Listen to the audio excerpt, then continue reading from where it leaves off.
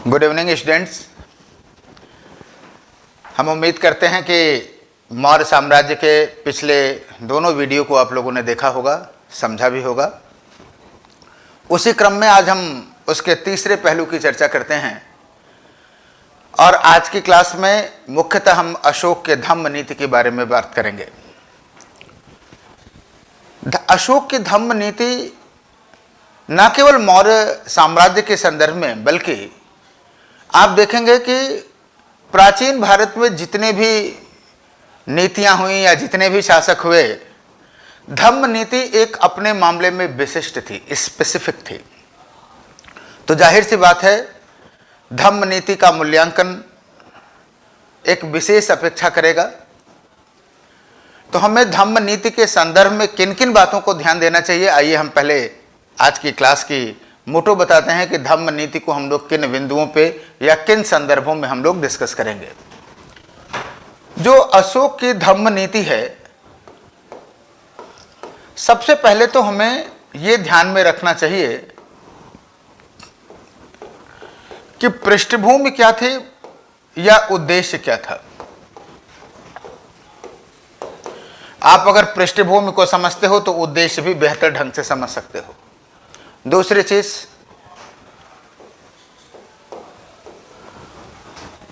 इस धम्म की नीति के तत्व क्या थे और इसके स्रोत क्या थे, यानी धम्म नीति में किन किन बिंदुओं का समावेश किया गया था, यही तत्व हुआ। और कहां से लिया गया था, यह भी एक चर्चा का विषय होना चाहिए। क्लियर है? उसके बाद हम स्वरूप की बात करेंगे, स्वरूप क्या था इसका। नेक्स्ट पहलू हम देखेंगे कि धम्म नीति के प्रसार के लिए, धम्म नीति के प्रसार के लिए किए गए प्रयास, धम्म नीति के प्रसार के लिए किए गए प्रयास। फिर हम ये देखेंगे कि क्या यह सफल रही या असफल रही, और फिर अंत में हम ये देखेंगे कि क्या मौर्यों के पतन में ये जिम्मेदार थी, पतन के लिए जिम्मेदार था।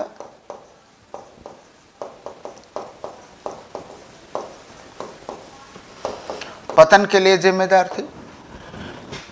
हमें धम्म नीति को इतने संदर्भों में देखना चाहिए। क्लियर? एक एक बिंदु को उठाते हैं। अगर हम बात करें अशोक के धम्म नीति की पृष्ठभूमि की और उद्देश्य की,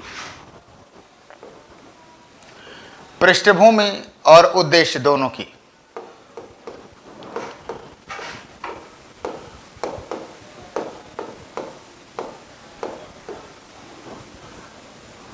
जाहिर सी बात है कोई भी साम्राज्य होगा, उसका जो पहला उद्देश्य होता है किसी भी पॉलिसी का, वो ये होता है कि वो साम्राज्य को किस तरह से मजबूत करे।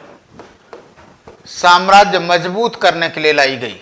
आइए जरा इस बात को ओपन करेंगे। अभी मजबूत करने के लिए क्या क्या कंडीशन थी, जरा समझिए। वास्तव में 6ठी शताब्दी ईसा पूर्व से,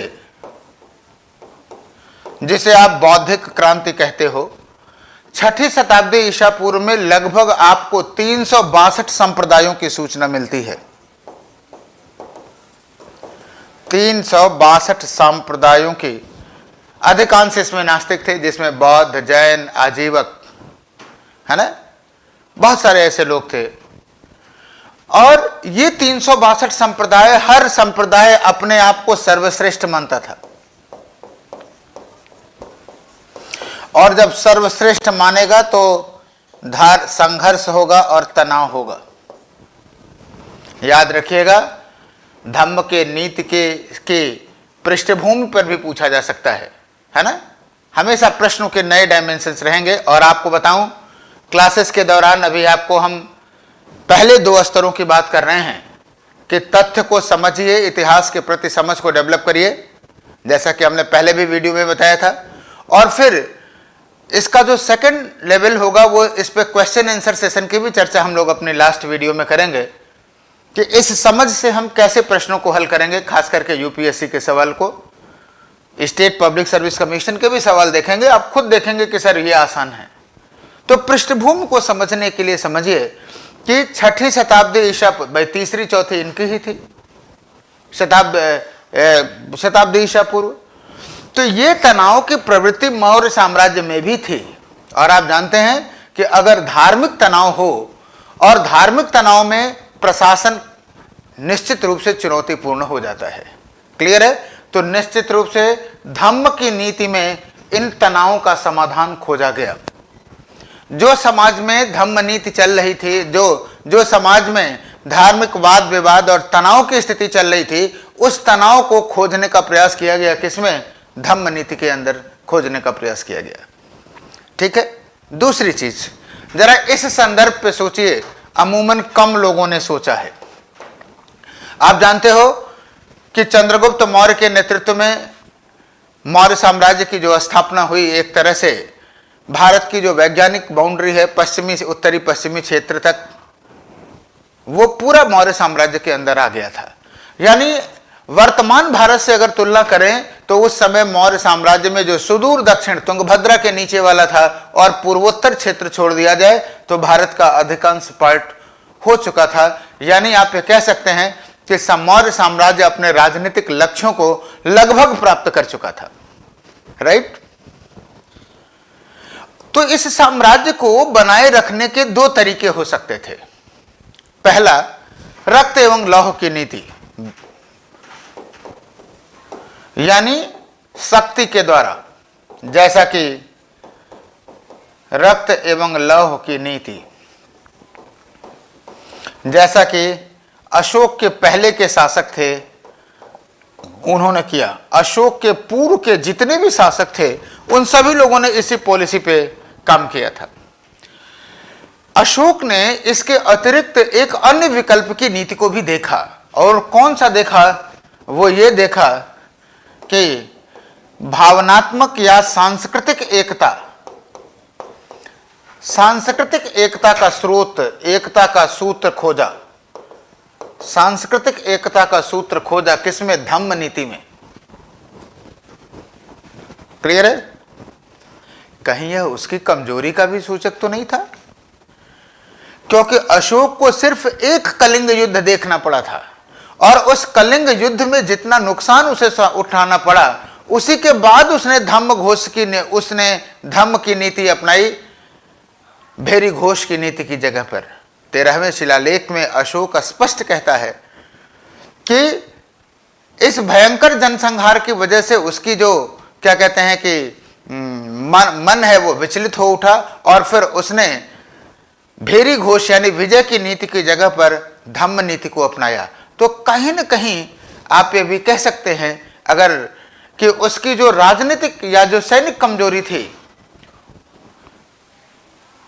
उसको उसने इस पॉलिसी से कवर अप करना चाहा और करने में लगभग सफल भी रहा।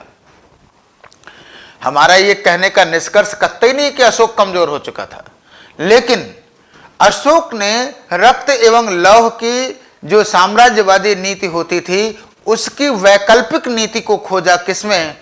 सांस्कृतिक एकता के सूत्र में या सांस्कृतिक समेकन में सोचा। और धम्म नीति को उन बिंदु से भी देखा जाना चाहिए। क्लियर? उम्मीद करते हैं कि आपको यह बात समझ में आई होगी। फिलहाल आइए हम लोग बात करते हैं नेक्स्ट पॉइंट कि धम्म के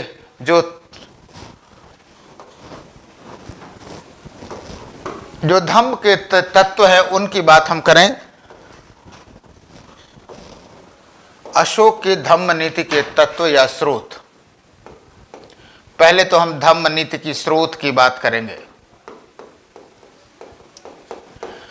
जाहिर सी बात है, पहले तो हम धम्म शब्द की हल्की सी चर्चा करें। स्रोत की हम जब डिस्कस कर रहे हैं तो वास्तव में संस्कृत शब्द इसके समानांतर धर्म है। धम्म प्राकृतिक है, प्राकृत है, और धर्म जो है वो संस्कृत है। लेकिन जब आप धम्म के तत्वों की चर्चा करेंगे तो आप देखेंगे कि धम्म नीति धर्म से व्यापक संदर्भों में प्रयुक्त की गई है। क्लियर है? फिलहाल याद रखिए कुछ बौद्ध ग्रंथ जरूर आपको मिल जाएंगे, कुछ बौद्ध ग्रंथों में इसकी सूचना है, जैसे राहुलोवाद सूक्त। राहुलोवाद सूक्त बहुत फेमस नहीं है, आप कह सकते हैं। सिंहनाद सूक्त, सिंहनाद सूक्त सूक्त सुत्त है। और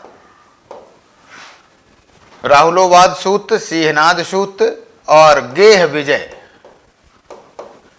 ये 3 ऐसे स्रोत हैं जहां पे धम्म नीति के तत्वों को आप मिलेगा, लेकिन बहुत व्यापक रूप से नहीं है। इसलिए अशोक की धम्म नीति के तत्वों को अगर जानना है आपको, तो आपको पुरातात्विक स्रोतों पे जाना पड़ेगा, और पुरातात्विक स्रोत में भी स्पेशली अशोक के लेखों में जाना होगा। और आपको बताऊं, संभवतः यह प्रश्न जानता था वो अशोक, क्योंकि धम्म धर्म से इतना साम्य रखता है कि अशोक जानता था कि लोग धम्म के बारे में प्रश्न चिन्ह जरूर उठाएंगे, इसलिए उसने स्वयं इन अभिलेखों में प्रश्न उठाया है और उसको बताने का प्रयास किया है कि धम्म क्या है। आपको बताता हूं, इसके लिए दूसरा और 7वां स्तंभ लेख फेमस है। दूसरा और 7वां स्तंभ लेख है।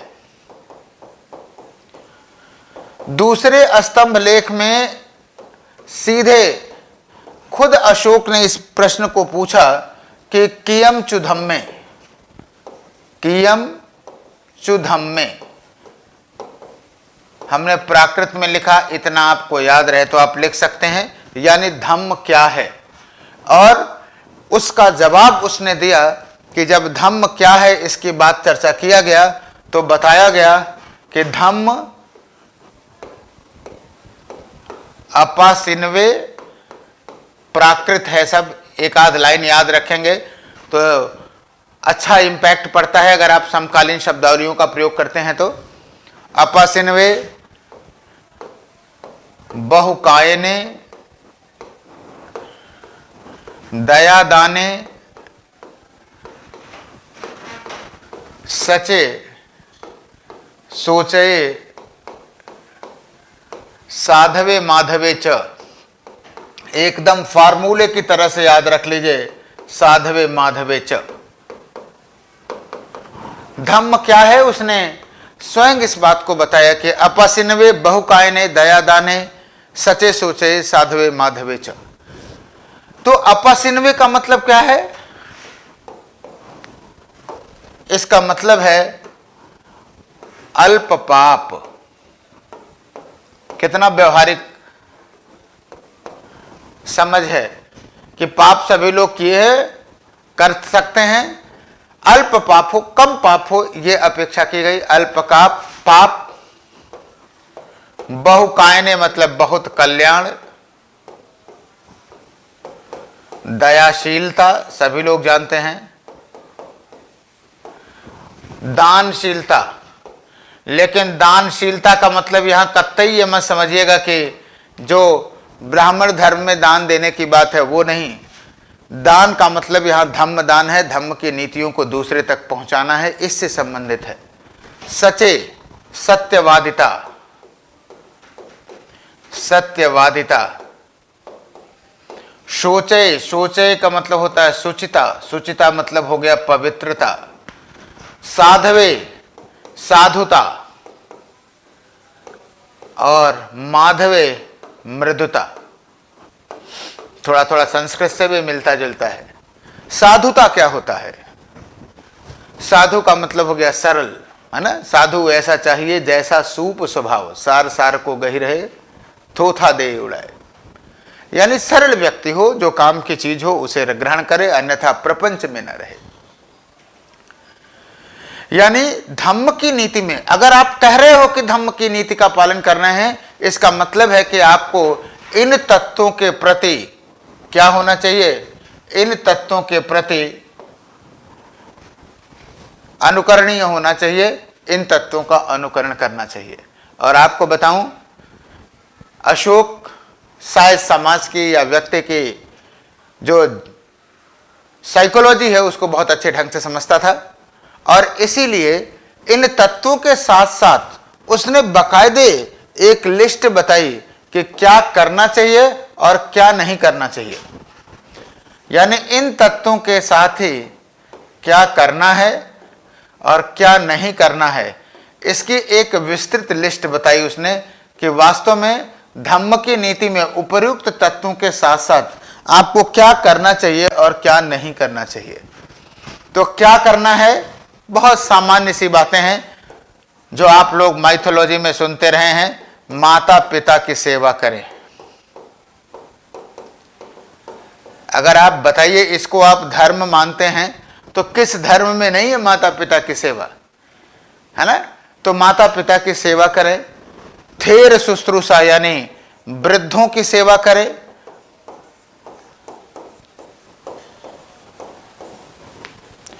गुरु की सेवा करें,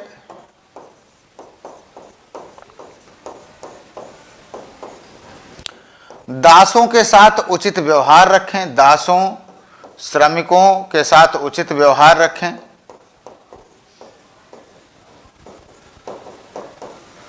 उचित व्यवहार रखें,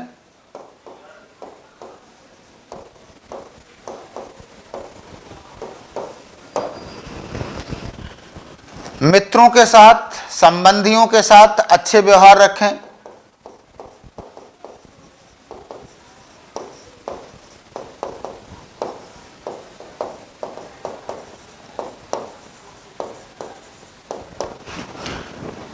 ये क्या करने में थे, डूज में थे कि ये चीजें होनी चाहिए। और क्या ना करें, ना करने के लिए भी उसने बताया कि प्राणियों की हिंसा ना करें, प्राणियों की हिंसा ना करें, क्रोध, अभिमान, ईर्ष्या, क्रोध, अभिमान, ईर्ष्या ये ना करें, निष्ठुर ना हो, आक्रामक ना हो,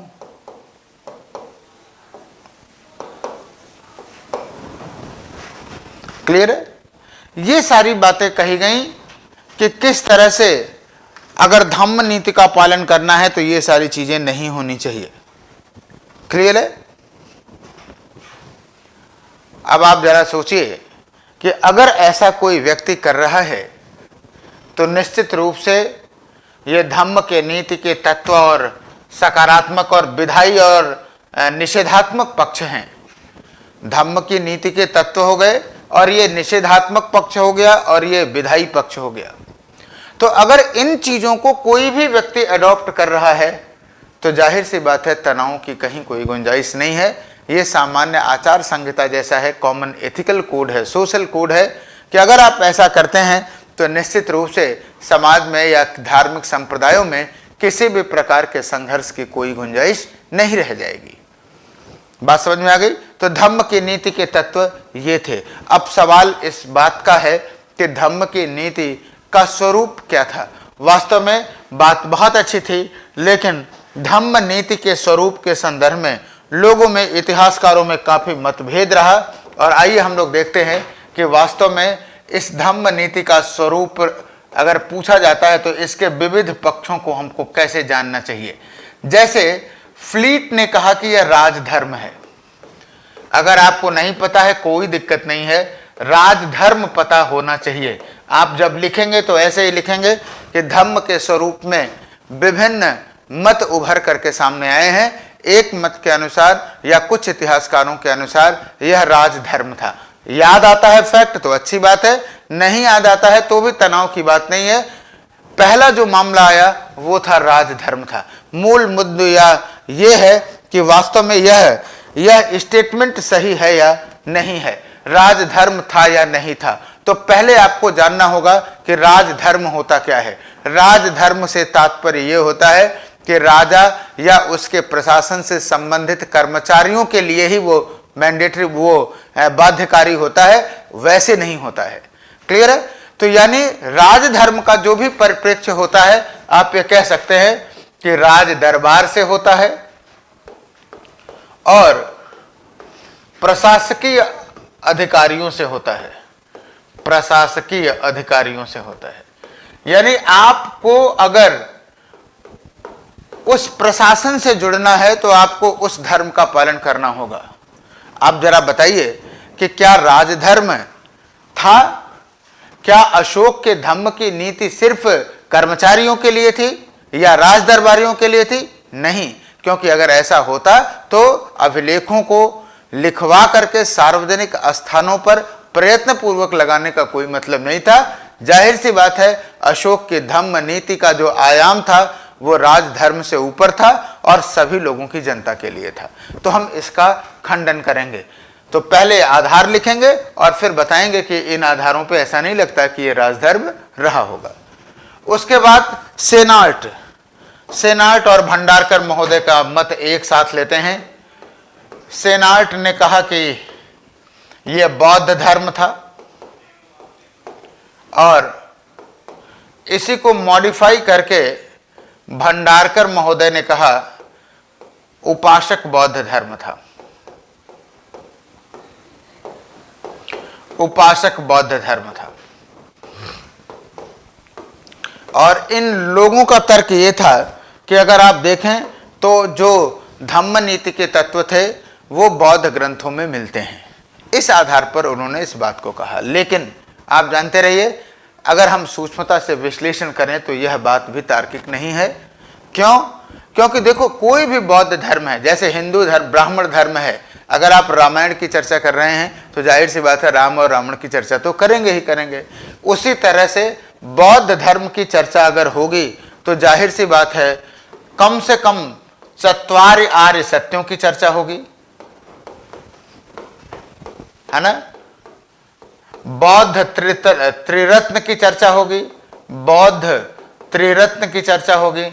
आप देखेंगे कि कहीं भी चत्वारि आर्य सत्य या बौद्ध त्रिरत्नों की चर्चा नहीं की गई है। इसका मतलब है कि इसका बौद्ध धर्म से संबंध नहीं था। हाँ, तत्व ऐसे थे कि उसके तत्व केवल बौद्ध धर्म में नहीं बल्कि किसी भी दुनिया के धर्म में हो सकते थे। ठीक है, तो इस आधार पे आप नहीं कह सकते। एक दूसरी बात और भी थी। दूसरी बात ये थी कि अगर ये बौद्ध धर्म रहता तो बौद्ध धर्म के बौद्ध भिक्षु थे, बौद्ध विहार थे, तो धम्म नीति के प्रचार प्रसार में उनका साथ लिया जाता। लेकिन हकीकत ये है कि धम्म नीति के प्रसार में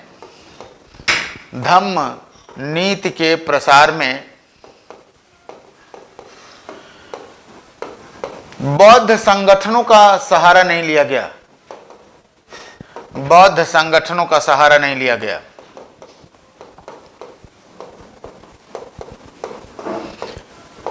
इसका मतलब है कि हम इसे धम्म नीति के संदर्भ में नहीं कह सकते। उसी तरह से एक आया, राधा कुमुद मुखर्जी साहब का है, राधा कुमुद मुखर्जी। नाम याद रहे ना रहे, मत जरूर याद होना चाहिए। और इन्होंने कहा कि यह सभी धर्मों की साझी संपत्ति है, साझी संपत्ति है, सभी धर्मों की साझी संपत्ति है।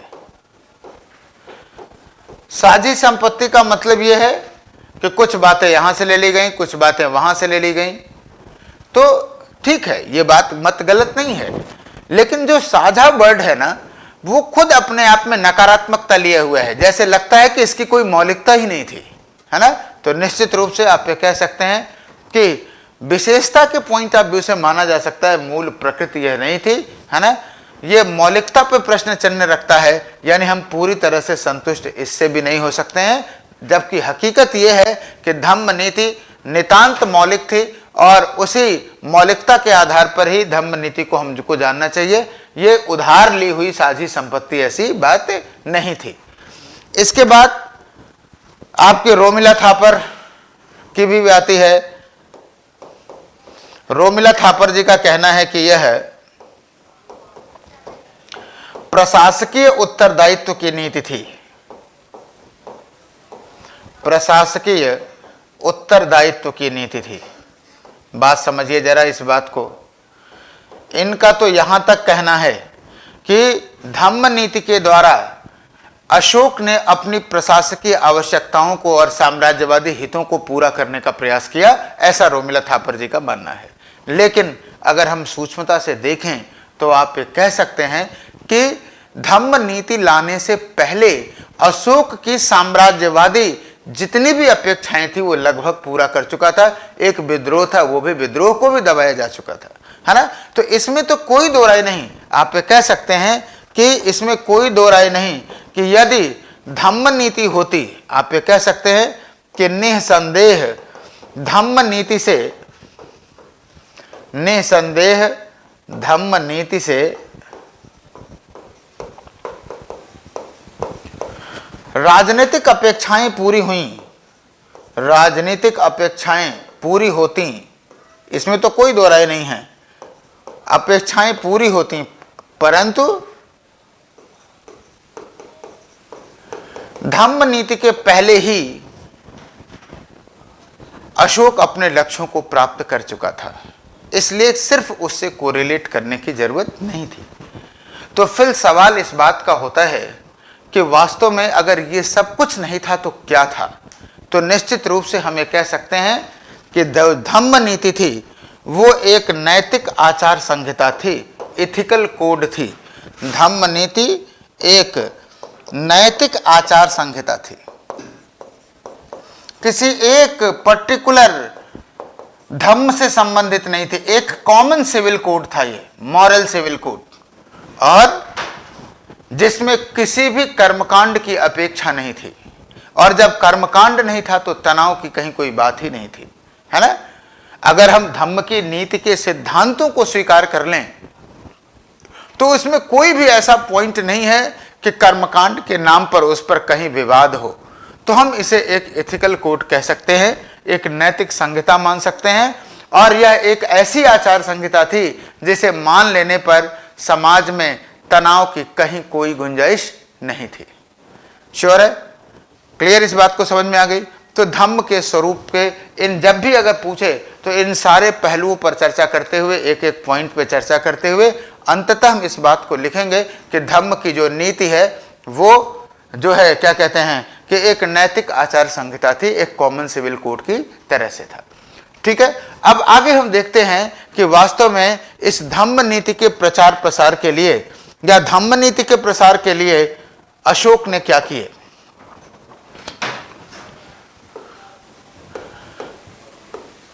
धम्म नीति के प्रसार के लिए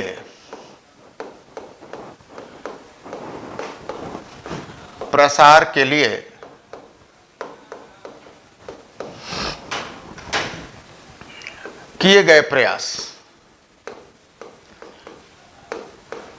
अशोक ने कौन कौन से प्रयास किए, अगर आप देखेंगे ना तो वास्तव में धम्म नीति को सर्वोच्च प्राथमिकता दी गई। राज्य की आंतरिक एवं बाह्य नीति में, आंतरिक एवं बाह्य नीति में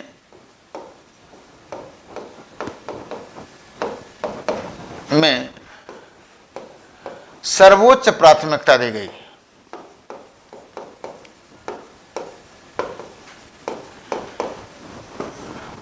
अभी हम आगे इस बात को और भी चर्चा करेंगे। मौर्यों की विदेश नीति का भी आधार धम्म की नीति भी रहा, और धम्म की नीति का मतलब यह रहा कि शांतिपूर्ण सह अस्तित्व की बात कहा, जियो और जीनो दे की बात कहा, धम्म के सिद्धांतों को मानने के लिए प्रेरित किया। 13वें शिलालेख में उसने उन देशों की चर्चा किया है जहां पर उसने ये दूत भेजे थे धम्म नीति के प्रचारार्थ। तो जाहिर सी बात है बाह्य संबंधों का, विदेश नीति का भी आधार धम्म नीति हो गया।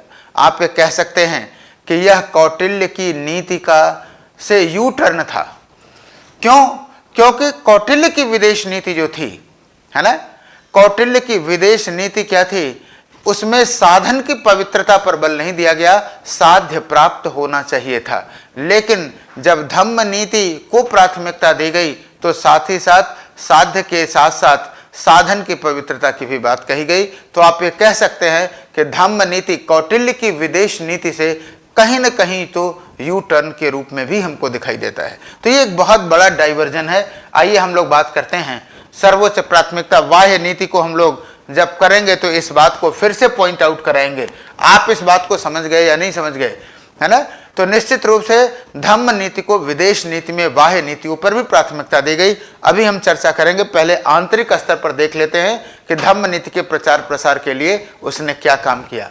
सबसे बड़ी बात, पहली चीज, अगर आंतरिक स्तर पर बात करें तो आप ये कह सकते हैं कि उसने धम्म लिपियां खुदवाई। धम्म लिपियां खुदवाई। अभी आपने देखा कि धम्म की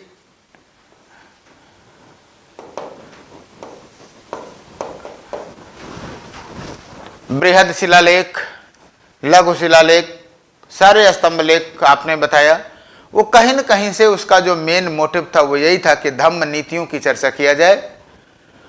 उन नीतियों की चर्चा आम जनता के बीच में किया जाए, तभी तो वह स्थानीय भाषाओं का उसने प्रयोग किया, और उसे पढ़ करके जनता न केवल उसे का अनुसरण करे बल्कि उसका भी अपना नैतिक उत्थान हो, उसका भी अपना कल्याण हो। तो निश्चित रूप से पहला काम तो इसने यही किया। दूसरी चीज, लोकोपकारी कार्य करवाया। लोकोपकारी कार्य,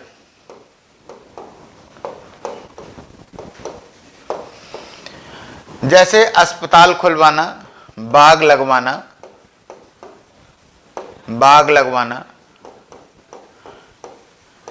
कुएं खुदवाना।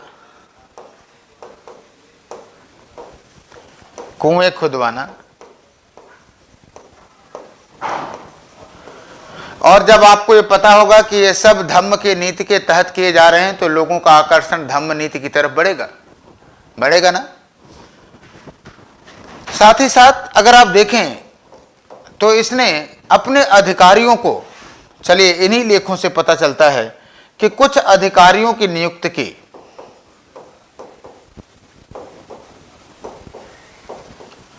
इसमें से सबसे प्रमुख तो था धम्म महामात्र।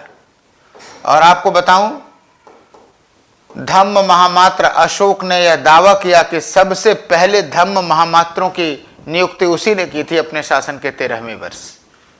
इसके पहले इस महामात्र नाम का कोई अधिकारी नहीं हुआ करता था। और इसका उद्देश्य, याद रखिएगा, इसका उद्देश्य यही था कि सभी धर्मों में सामंजस्य को स्थापित किया जाए, समवाय को स्थापित किया जाए।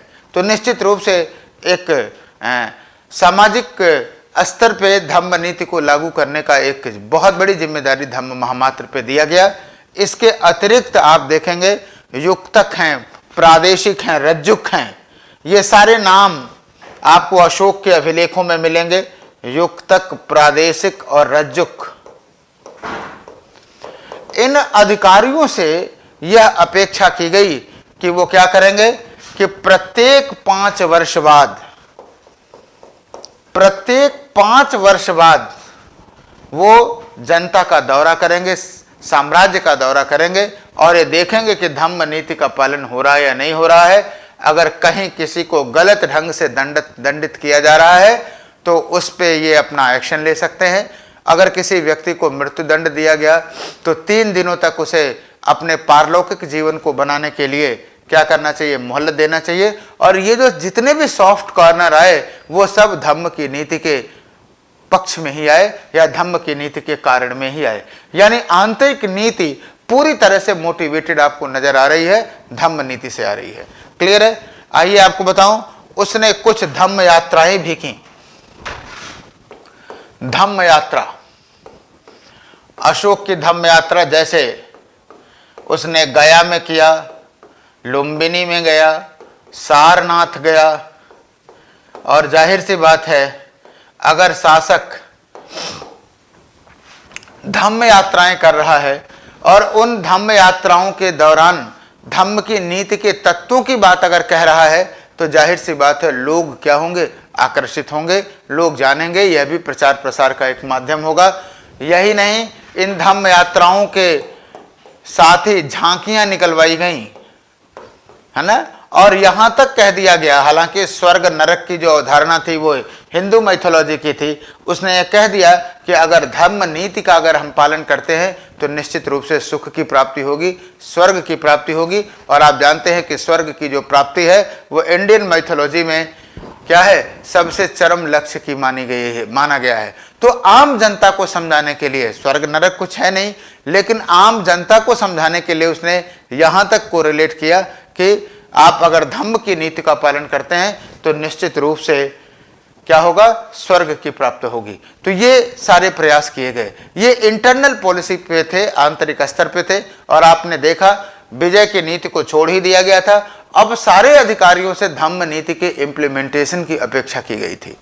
ठीक है, ये तो आंतरिक मामले में था। बाह्य नीति में अगर आप देखेंगे तो सीधी सी बात है कि जो 13वां शिलालेख है, पुरातात्विक साक्ष्य है, तो हम लोग इसको लिख सकते हैं। 13वें शिलालेख में उसने क्या किया कि 5 राजाओं के, एकदम नाम लिखने की जरूरत नहीं है, कि 5 विदेशी या यूनानी राजाओं के राज्य में दूत भेजा। चलो यहां तक तो ठीक है, क्लियर है। लेकिन यह भी दावा किया, इन जगह पे भेजा तो जाहिर सी बात है, इसका कहना था कि इन लोगों ने धम्म की नीति को स्वीकार किया, यूनानी राजा थे। साथ ही साथ यह भी दावा किया कि जिस देश में राजदूत नहीं गए या राजदूत नहीं गए, वहां लोगों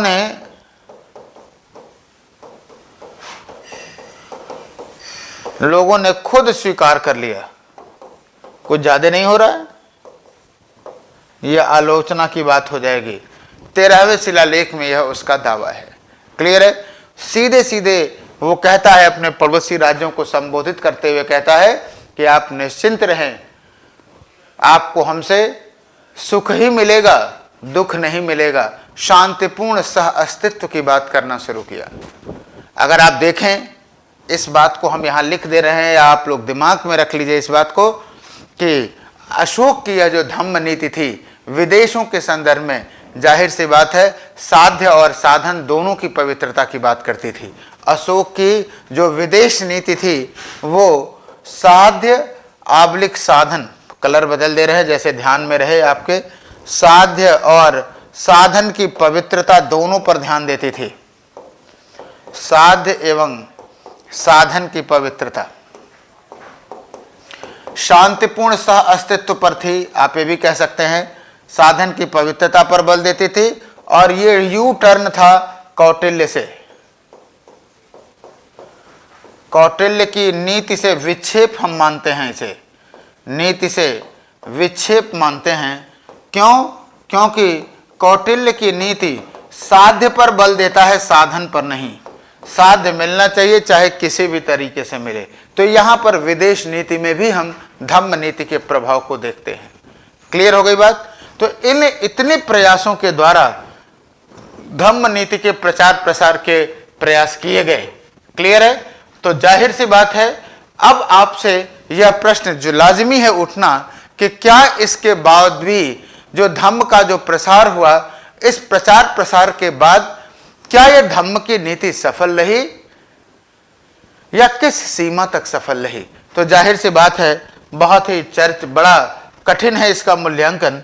कि आइए हम लोग चर्चा करें कि धम्म नीति क्या सफल रही या असफल। असफल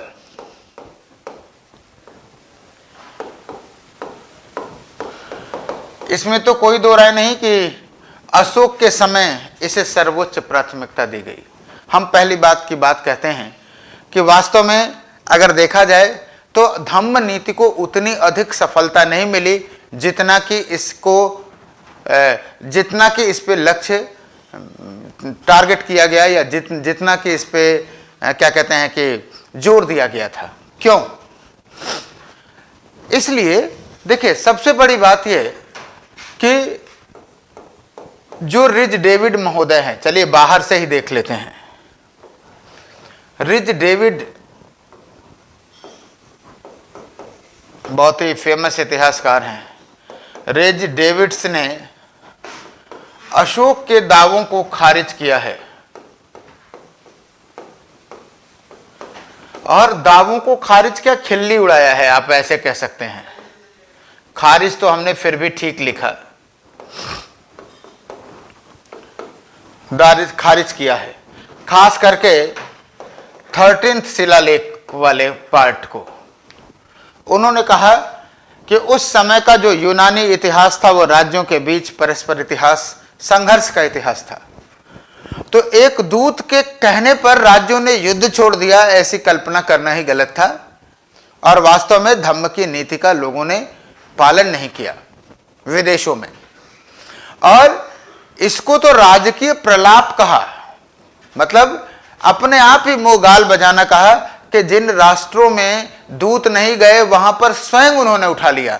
हमने वहां भी इंडिकेट किया था कि अशोक का जो यह दावा था थोड़ा सा तथ्य से आगे जा रहा है, और उसे स्वतंत्र पुष्टि आप नहीं, स्वतंत्र साक्ष्यों से पुष्ट नहीं कर सकते कि क्या वास्तव में धम्म नीति जो है अपनाई गई अन्य देशों में। तो निश्चित रूप से इस दृष्टि से तो हम कह सकते हैं कि बाह्य स्तर पर कोई बहुत विशेष सफलता नहीं मिली, जैसा कि 13वें शिलालेख में दावा किया गया है। लेकिन आपको बता दूं, इस तस्वीर का एक दूसरा पहलू भी है, और वो ये है कि श्रीलंका का एक उदाहरण हमें पता है। श्रीलंका का जो राजा तिष्य था, तिष्य की उपाधि थी देवानाम पिय, देवानाम पिय, और ये किसकी उपाधि थी? अशोक की भी थी। यानी इस तिष्य ने अशोक के अनुकरण पे देवानाम पिय की उपाधि धारण की, और श्रीलंका में बोध वृक्ष भी बनाया। बोध वृक्ष प्रतीकात्मक रूप से लगाया। तो अब हम ये कह सकते हैं कि श्रीलंका में तो कम से कम धम्म की नीति का प्रभाव तो रहा ही रहा है ना। तो लेकिन जो पूरा दावा है वो बुरी स्तर से सफल नहीं रहा। दूसरी चीज, जहां तक हमारा मानना है, आंतरिक स्तर पे भी यह नीति सफल नहीं रही। थोड़ा सा आपको ऑकवर्ड लगेगा, लेकिन जानिए, तर्क सहित जानिए, आंतरिक नीति आंतरिक स्तर पर भी सफल नहीं रही। कहेंगे सर क्यों आप ऐसा कह रहे हैं? आंतरिक स्तर पर भी सफल नहीं रही। इसलिए कह रहा हूं, कोई भी पॉलिसी सफल तब मानी जाती है जब या तो अपनी समस्याओं का समाधान पूरी तरह से कर दे, ऐसा नहीं रहा, धार्मिक तनाव और अन्य सारी चीजें रही ही। दूसरी चीज, अगर आप देखेंगे, जैसे मुगल काल में आप देखिए, राजपूत नीति में आपको निरंतरता दिखाई देती है, अकबर, जहांगीर, शाहजहां, थोड़े बहुत चेंजेस के साथ। लेकिन धम्म नीति को उसके उत्तराधिकारियों के द्वारा नाम भी नहीं लिया गया। अगर स्टेट की कोई पॉलिसी बहुत सफल रही है तो निश्चित रूप से उसके उत्तराधिकारी उसको तिलांजलि नहीं दे देंगे। लेकिन अशोक के धम्म नीति की चर्चा आगे आप देखेंगे कि किसी भी उत्तराधिकारी के द्वारा नहीं की गई। तो यही ये शो करता है कि आंतरिक स्तर पर भी सफल नहीं रही थी। लेकिन आपको बताऊं, इसमें कोई दो राय नहीं, और एक मनोविज्ञान भी समझने की जरूरत है कि जब अशोक और उसके अधिकारी बार बार जनता के बीच में जाते थे और ये कहते थे कि धम्म का अनुसरण करिए, तो आप एक ही चीज को बार बार कहेंगे, दही हमारी बहुत मीठी है, दही हमारी बहुत मीठी है, तो लोग जरूर प्रश्न कहेंगे कि ज्यादा कह रहे, लग रहा है कुछ गड़बड़ है इसमें, है ना। और वैसे भी लोगों ने धम्म और धर्म में अंतर नहीं समझा, और धर्म का मामला बहुत ही संवेदनशील होता है, और इसलिए बार बार कहने के बावजूद भी धम्म नीति के प्रति लोगों में संदेह आया और उन्होंने व्यापक रूप से इसे स्वीकार नहीं किया। क्लियर है? यानी अशोक की धम्म नीति आप कह सकते हैं कि उतनी सफल नहीं रही। लेकिन एक बात बताऊं, एक बिंदु ऐसा आता है कि जहां सफलता और असफलता के मायने बदल जाते हैं। यह प्रश्न ही नहीं तार्किक है कि अशोक का धम्म नीति कितनी सफल रही या कितनी नहीं सफल रही, बल्कि मुख्य मुद्दा यह है कि अशोक ने उन सिद्धांतों का प्रणयन किया जो आगे चलकर के अंतर्राष्ट्रीय राजनीति का मूल सूत्र बना। अगर आप देखेंगे तो इतिहास के पन्ने खून के धब्बों से रंगे हुए मिलते अगर अशोक जैसा शासक नहीं मिलता। कम से कम उन खून के पन्नों के बीच मानवता का संदेश, शांति और सहअस्तित्व का संदेश अशोक ने दिया। वो निश्चित रूप से इसके लिए जाना जाना चाहिए। क्लियर है? और आपको बताऊं, जियो और जीने दो का जो उसका सिद्धांत रहा, आगे चल करके उसी सिद्धांत पर आपने देखा कि यूएनओ में रखा गया। क्लियर है? यूएनओ की स्थापना भी शांतिपूर्ण सहअस्तित्व के आधार पर ही है। तो आप कह सकते हैं इन मूलभूत सिद्धांतों को भले ही तत्कालीन समय की जनता नहीं समझ सकी, लेकिन उससे इसका मतलब ये कतई नहीं है कि ये इन सिद्धांतों में कहीं कोई कमी थी या इन सिद्धांतों का महत्व कम हो जाता है। क्लियर है? तो निश्चित रूप से हमें इस मानक पे, इस स्टैंडर्ड पे आंसर को ले आकर के रखना है। तो ध्यान में आ गया कि अशोक की जो धम्म नीति थी वो सफल थी या नहीं थी। क्लियर हो गई बात? अब आइए हम लोग बात करते हैं, चर्चा करते हैं कि क्या अशोक की धम्म नीति मौर्य साम्राज्य के पतन के लिए भी कारण रही। हालांकि इसकी चर्चा हम लोग पतन में करेंगे, लेकिन धम्म नीति के इतने डायमेंशंस में जरूर हमें इस बात की चर्चा करना चाहिए कि पतन में भूमिका थी या नहीं थी। इसको दो संदर्भों में देखने की जरूरत है। पहली बात कि पतन में भूमिका कहां तक थी और कहां तक नहीं थी। तो इसमें तो कोई दो राय नहीं है कि राज्य की प्राथमिकता बदल दी गई। राज्य की प्राथमिकता बदल दी गई, और जब प्राथमिकता बदल दी जाएगी, भेरी घोष नहीं होगा, विजय नहीं होगा, तो प्राथमिकता बदल देने की वजह से राज्य की सैनिक शक्ति पर प्रतिकूल प्रभाव पड़ेगा।